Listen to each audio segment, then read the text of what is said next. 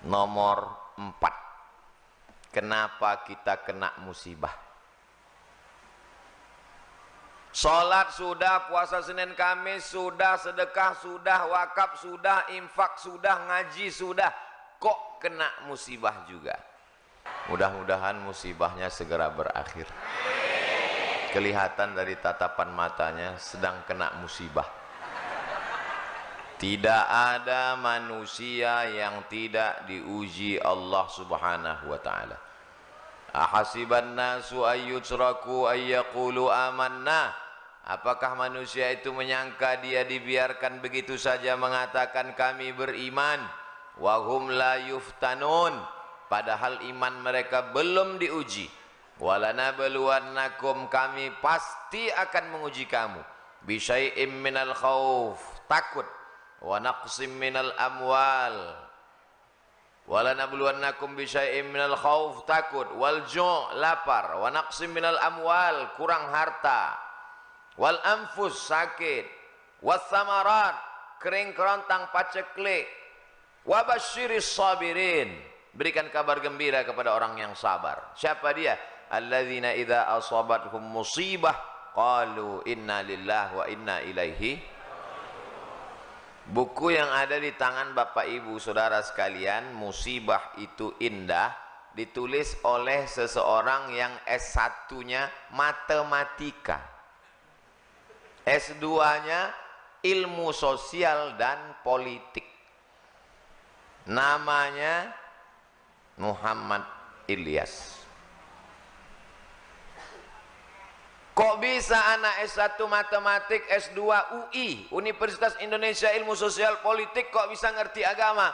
Ternyata dia hafal alfiyah 1000 bait ilmu nahu dan matan zubat dalam bidang fikih karena dia tamat pesantren. Buku ini membantah orang yang mengatakan saya nggak mau anak saya pesantren, nanti nggak bisa kuliah. Nih, hafal 1000 bait nahu Alfiyah Ibni Malik dan hafal matan zubat fikih, bisa matematika, bisa politik, bisa masuk UI. Buku ini membantah stigma, membantah mindset orang yang mengatakan pesantren tertinggal.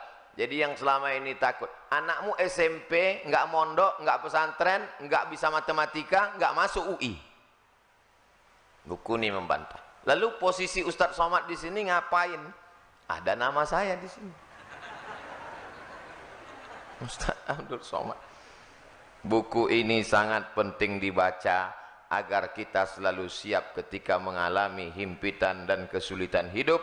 Buku ini memandu kita untuk keluar dari musibah dengan cara terbaik.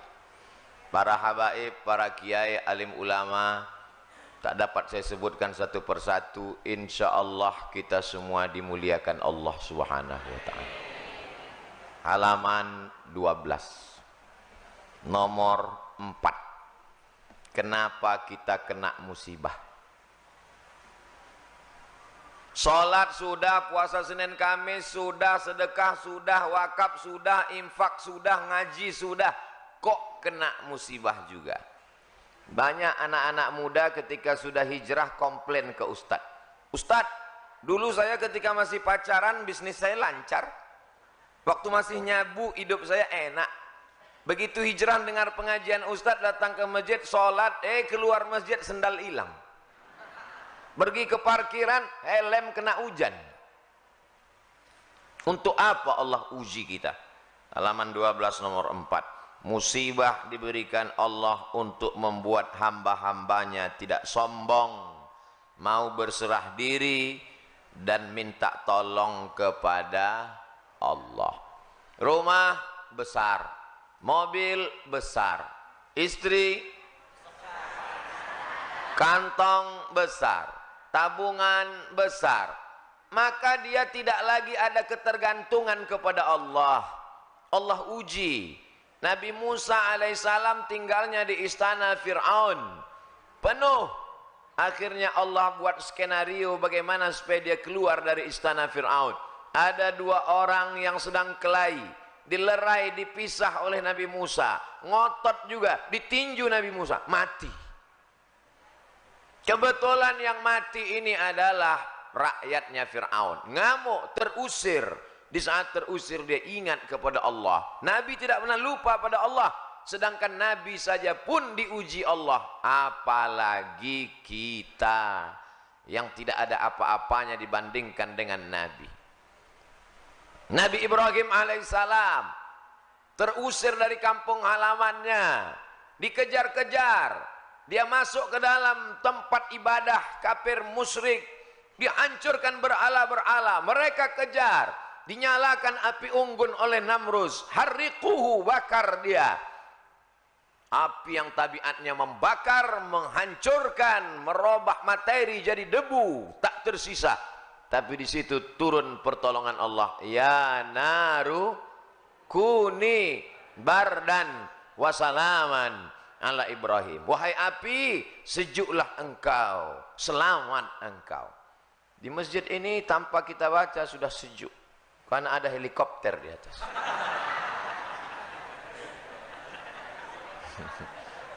Masya Allah, saya heran. Kipas anginnya sudah besar kok terasa panas. Baru ingat, rupanya tadi saya makan durian. Dikasih sama panitia. Jadi ibu bapak, tolong mohon maaf nanti kalau suara saya terdengar terlalu menggelegar. Beda sama moderator. Dia slow sop. Karena tadi makannya cuma agar-agar.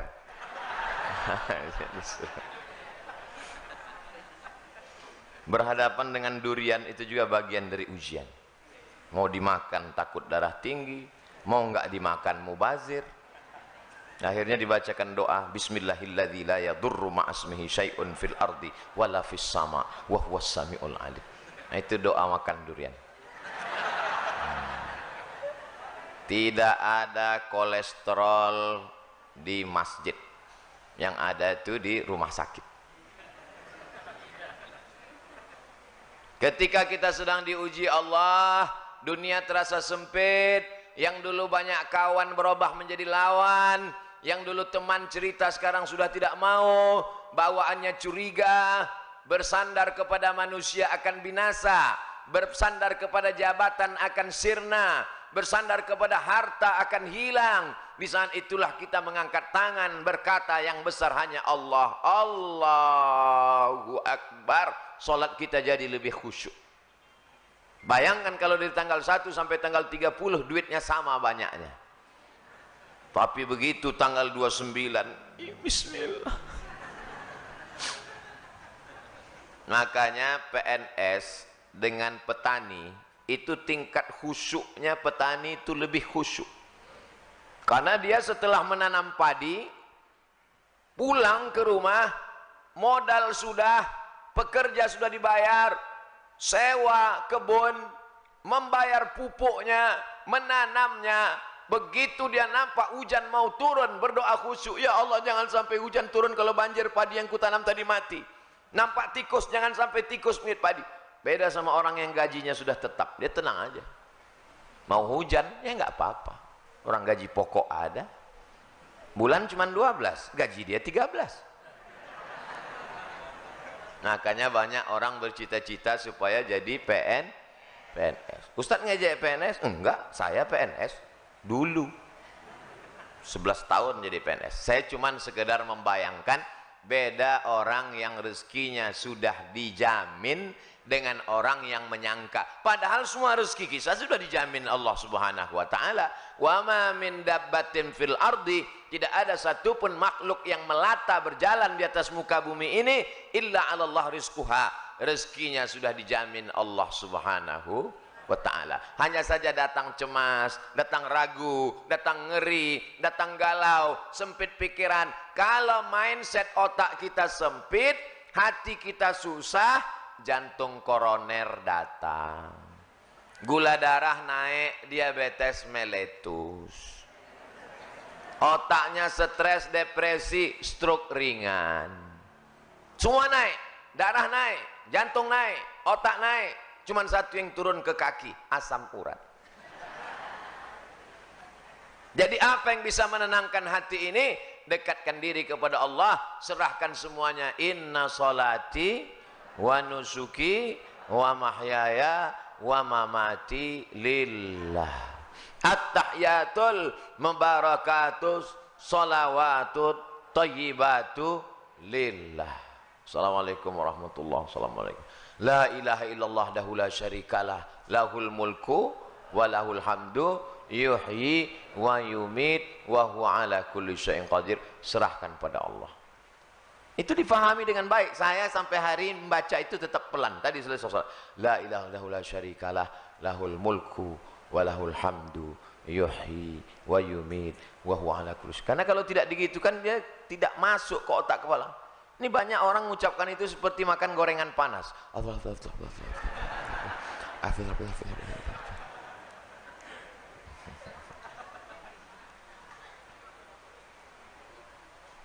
Bapak Ibu sudah makan? Alhamdulillah. Belum? Musibah. Halaman 15. Ada orang mancing ikan. Dua grup, dua kelompok. Kelompok A, kelompok B. Yang kelompok A sholat, orangnya baik, zikir, nggak dapat ikan. Yang kelompok B nggak sholat, mabuk, minum khamar, ikannya banyak. Kata yang kelompok A, Tuhan nggak adil. Kita yang sholat kok nggak dapat ikan, mereka nggak sholat.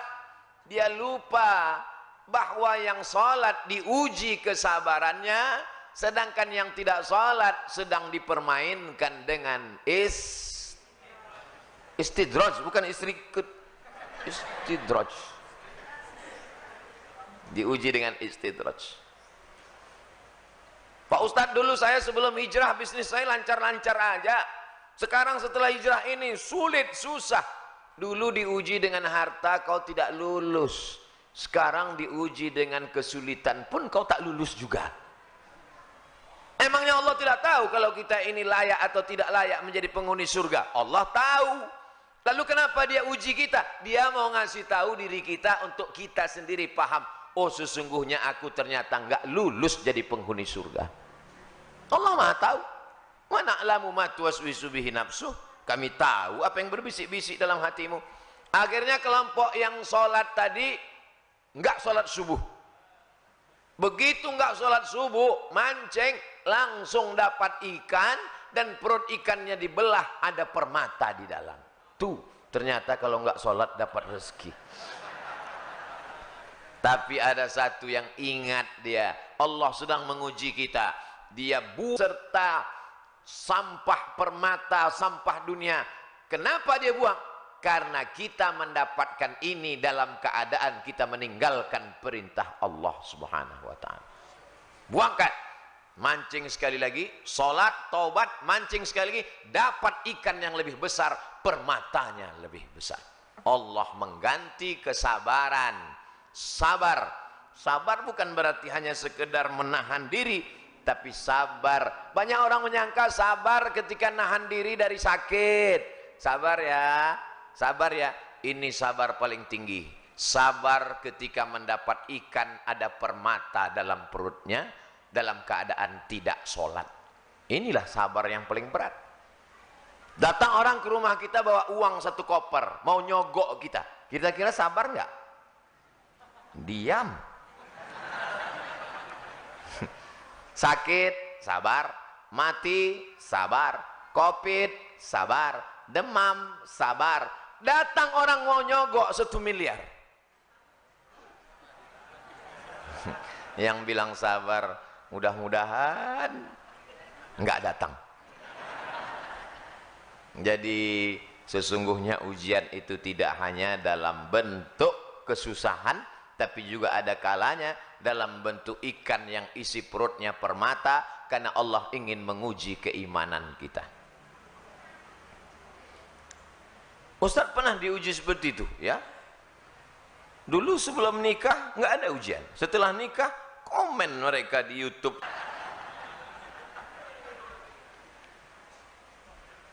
Halaman 30. Sabarlah, jangan mengeluh. As-sabru minal iman bimanzilati ra'si minal jasad. Sabar itu seperti kepala. Kalau orang tidak punya kepala, maka orang tidak sabar, sama macam manusia tidak ada kepala. Bisa orang hidup tanpa kepala? Makanya kalau memancung orang, kenal orang karena ada kepalanya. Abdul Somad jamaah bisa kenal karena ada kepala. Kalau badan banyak yang macam ini bentuknya, tapi kepala. Makanya saya kalau di lokasi ceramah itu mobil nggak bisa masuk, yang ngawal nggak ada, kalau kepala saya kelihatan jamaah ngejar. Pernah saya ceramah bawa kendaraan sendiri, mobil nggak bisa masuk, yang ngawal nggak ada, nggak bawa tim. Gimana caranya? Saya tutup kepala saya pakai helm, selamat. Sampai dalam masjid baru buka. Orang yang tidak sabar macam manusia yang tak berkepala, zombie. Suami ibu yang nggak sabar berarti ibu zombie ya. Hebatnya orang beriman, ajaban li amril mu'min. Orang beriman itu mengagumkan semuanya. In asobathu sarra, kalau badannya sehat, rezekinya lancar, rumahnya besar, mobilnya mewah, duitnya banyak, dia bersyukur. Karena limet, tidak ribet, tidak sulit, tidak susah, tidak payah. Yang payah itu umat Islamnya. Ajaran Islam memudahkan kita. Halaman 34. Kok dilompat-lompat Pak Ustadz? Kalau kita baca satu halaman satu, selesainya bulan depan. Sementara waktu kita 30 menit. Habis 30 menit tanya jawab. Halaman 34. 3 macam sabar. Sabar yang pertama, sabar dalam ketaatan.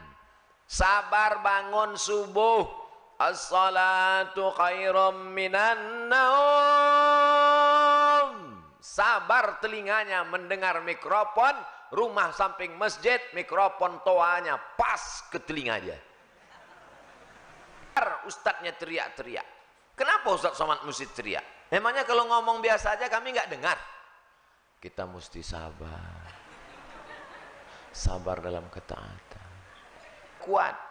Tapi kalau Bapak Ibu terganggu dengan suara saya nggak sabar, bisa kita slow kan?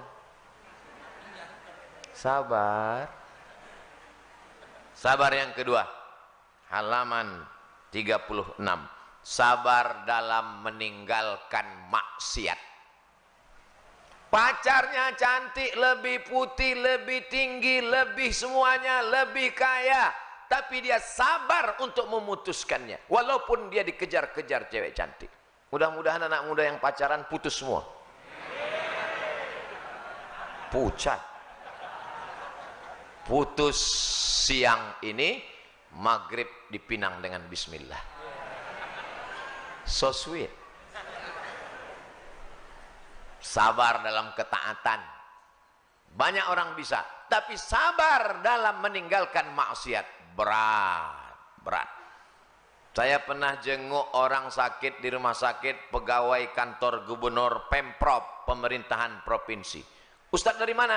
Dari ruang ICU. ICU itu apa? ICU, you don't see me. Siapa yang Bapak jenguk? Bapak Fulan. Oh, itu pegawai Pak Ustadz. Kenal kamu? Ya, anaknya ada kuliah di Australia. Dia pimpinan proyek. Dulu ketika perusahaan-perusahaan mau ngajukan dapat proyek, kami datang ke rumahnya bawa duit 1 koper. Bapak, kami tahu Bapak anaknya kuliah di Australia, perlu uang banyak. Nih, apa jawab dia? Saya tidak mau kasih anak saya uang haram.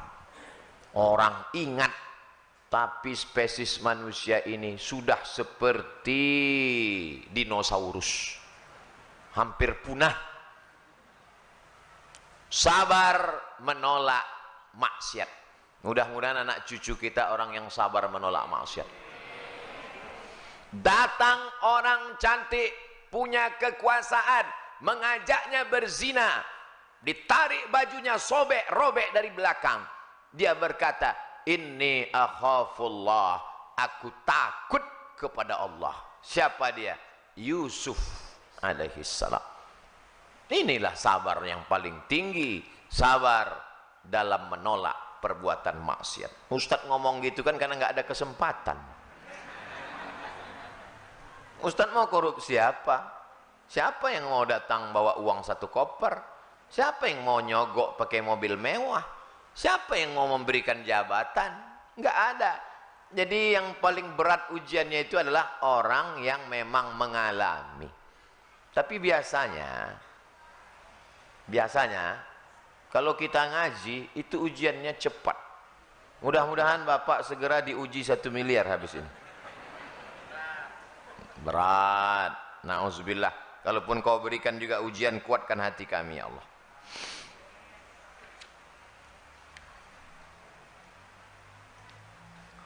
Halaman 55. Zadul Ma'ad. Kalbu, bukan kalbu. Yang betul itu pakai Q. Tolong coret K-nya ganti Q. Ki. Kolbu. Karena kalbu artinya anjing. Kolbu. Kolbu yang dirundung kesedihan dan kesusahan, berada dalam penjara neraka jahanam. Meskipun hal itu datang untuk kebaikan, kalbu ini akan tetap dalam siksa neraka dunia sampai dia kembali bertauhid. Hati itu susah, hati itu risau, hati itu gundah gulana, hati itu galau, hati tidak bisa ditenangkan dengan narkoba. Hati tidak bisa ditenangkan dengan khamar, minum-minuman keras. Hati tidak bisa ditenangkan dengan zina. Hati hanya bisa ditenangkan dengan zikir la ilaha illallah. Solawat juga bisa. Tasbih, tahmid, takbir juga bisa. Solawat nariyah bisa Pak Ustadz? Bisa. Tapi katanya solawat nariyah itu syirik Pak Ustadz, mengandungkan kemusyrikan. Kata siapa? Bukunya sudah ada, solawat nariyah, lengkap dengan sanadnya dari penulisnya sampai ke Imam At-Tazi. Saya baru dapat bukunya. Mana buku saya tadi? Hilang buku saya. Cepat betul hilangnya. Ustadz Endri, mana buku saya tadi? Udah dibawa ke mobil? Lama lagi kita pulang. Penulis solawat nariyah S3 dari Maroko, Maulana Dr. Alfian. Masya Allah, saya mengambil ijazah solawat nariyah dari beliau. Jazakumullah khairan, barakallahu fiqh. Solawat menenangkan hati, banyak berzikir mengingat Allah. Saya sudah lama kenal beliau melalui medsos, WhatsApp, baru ketemu hari ini. Bukunya sudah saya baca, ijazahnya baru diambil tadi. Mudah-mudahan barokah insyaallah. Amin. Kalbu itu tidak memiliki jalan untuk lepas dari kesedihan dan kesusahan yang menyiksa, menyakitkan, membinasakan. Salah satu jalannya mahabbah, cinta kepada Allah Subhanahu. Banyak manusia di zaman modern ini galau, susah, PPKM, usaha payah, Covid. Tapi satu-satunya jalan, alhamdulillah masjid kita tidak kosong dari kegiatan. Maulid tetap ada, kajian bersama Babe Haikal ada, pengajian-pengajian dengan para asatiz ada. Bayangan saya tadi bedah buku dalam masjid, pesertanya 3 baris. Tiba-tiba saya lihat, Masya Allah, perempuan semua. Solawat nariyah Dr. Haji Alfian Iqbal Zahasfan SSI LCMA. Ini kalau dibuat kartu nama sepanjang amplop. Ajaztuka, aku ijazahkan kepadamu Abdul Somad dengan zikir solawat nariyah. Lengkap. Mudah-mudahan Ustadz Somad dilapangkan hatinya dengan banyak bersolawat kepada Nabi Muhammad sallallahu alaihi wasallam. Hati sempit, pikiran galau, minum obat tidur 1 papan, mati. pergi ke rel kereta api mau bunuh diri, sudah terbaring, aku siap mati, sempat pula live melalui Facebook. Hai guys, dimanapun berada, dunia ini terlalu menyakitkan, aku mati. Tiba-tiba kereta sudah lewat, nggak mati, rupanya salah rel. Jangan bunuh dirimu, karena dalam Islam kematian bukan solusi terhadap permasalahan. Mati ada pertanyaan mungkar nakir, masih ada azab kubur, masih ada bangkit di padang mahsyar, masih ada titian siratal mustaqim, masih ada hisab penimbangan amal, masih ada neraka jahanam. Satu-satunya jalan adalah taubat, bukan tauco. Ustaz kok tiba-tiba ingat toco? Tadi di bawah makan dikasih toco udang. Ternyata toco udang ini dimasakkan oleh seorang ibu-ibu yang dulu hanya memasakkan toco udang kalau yang ceramah di sini Ustadz Tengku Zulkarnain. Setelah beliau meninggal, tidak pernah dimasakkannya lagi sampai dia tahu kabar bahwa datang Ustadz Abdul Somad. Saya makan udangnya tadi 2 ekor. Halaman 56. Bagaimana cara menghilangkan kesedihan? 1. Menghadirkan Allah dalam hati. Allah tidak punya rupa. Kalau kau pejamkan matamu nampak hitam, merah, bulat, petak, lonjong, betul cacing. Allah tidak seperti itu. Walam yakul lahu kufuwan ahad. Allah bisa kau rasakan keagungannya. Allah bisa kau rasakan ketenangan dalam hatimu. Berzikir la ilaha illallah. Mulut menyebut, hati mengingat, pikiran fokus. Banyak juga orang mulutnya nyebut aja tasbih.